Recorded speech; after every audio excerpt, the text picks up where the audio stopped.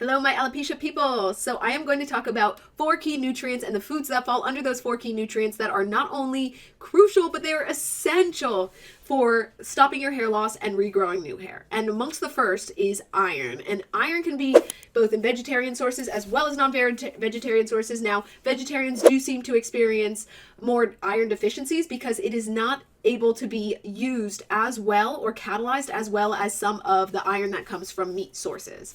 So vegetarians are definitely going to have a bigger problem with this, as well as females, due to common things like lunar cycles. We do tend to lose more blood, which causes us to lose our iron. So women and vegetarians are absolutely more prone to this, but great essential nutrients from iron can stem from things like spinach, legumes, beans, nuts, chicken, lean meat, beef liver is a great one, eggs, and tuna.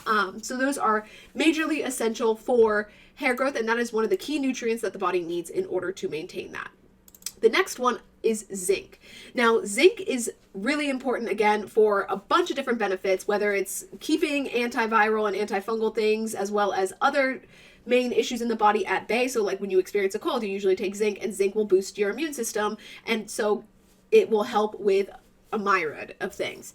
But good sources of zinc foods, or foods that is rich in zinc, include nuts, shellfish, spinach, pumpkins, sweet potatoes, cashews, mushrooms, watermelon, as well as other red lean meats. So that is definitely the second thing that you guys want to make sure to come across when you are treating for hair loss. And you can buy these things in vitamins, or you can eat them naturally available through foods. Just prioritize foods, and it's basically like going back to the way our ancestors eat. It's not processed foods. The foods that are natural typically tend to be high in these really essential vitamins and nutrients. And it's not just essential for hair, it's pretty essential for overall body function.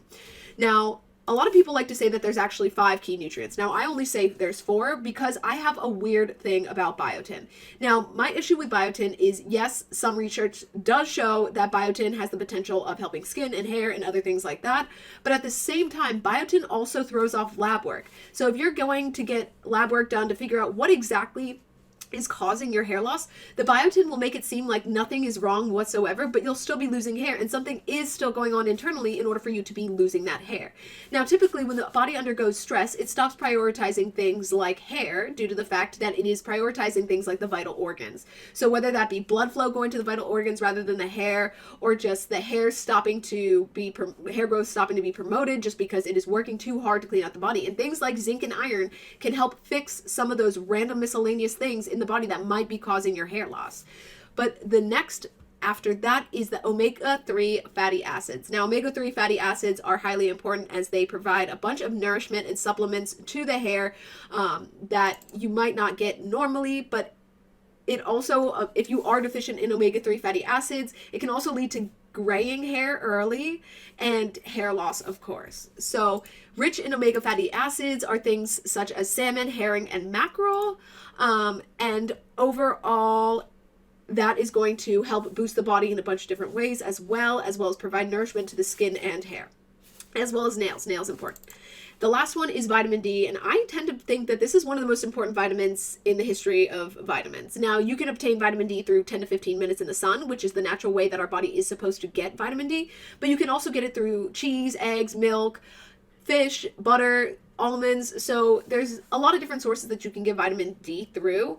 Now, I definitely prefer sun, but I do eat a lot of eggs. I eat a decent bit of fish, and same with nuts. I try and stay away from lactose because lactose can have a bad reaction in the body. And so I don't really know why lactose is really considered a good source of vitamin D, especially when that vitamin D seems pretty fake nowadays. So definitely stick to the things that are more natural, clean eggs, nuts, fish. Those are all good, and absolutely get your sunshine, because not only do people look better in tans, but they actually feel better from the sunlight exposure. And so there's a massive correlation, totally unrelated, but I was just reading about this the other day. There's a massive correlation between GDP and sun exposure. GDP tends to be higher in places that are sunnier because productivity increases when you have more vitamin D and when it's sunnier and warmer outside. So just food for thought, hair food for thought.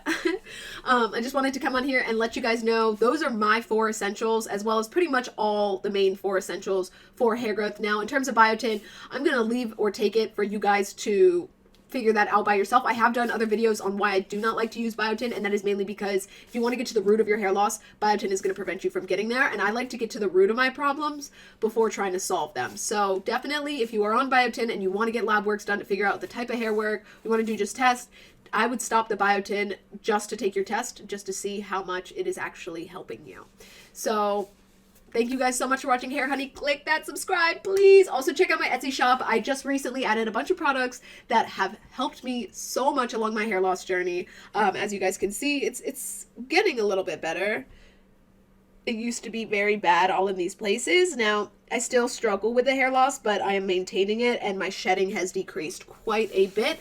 And I'm feeling new spiky hair growth, so crossing my fingers. Hopefully I'll have this beautiful, luxurious hair in a year or two, but you guys will know because I am posting videos pretty regularly for you guys. So like, subscribe, comment below, guys. Have a good one.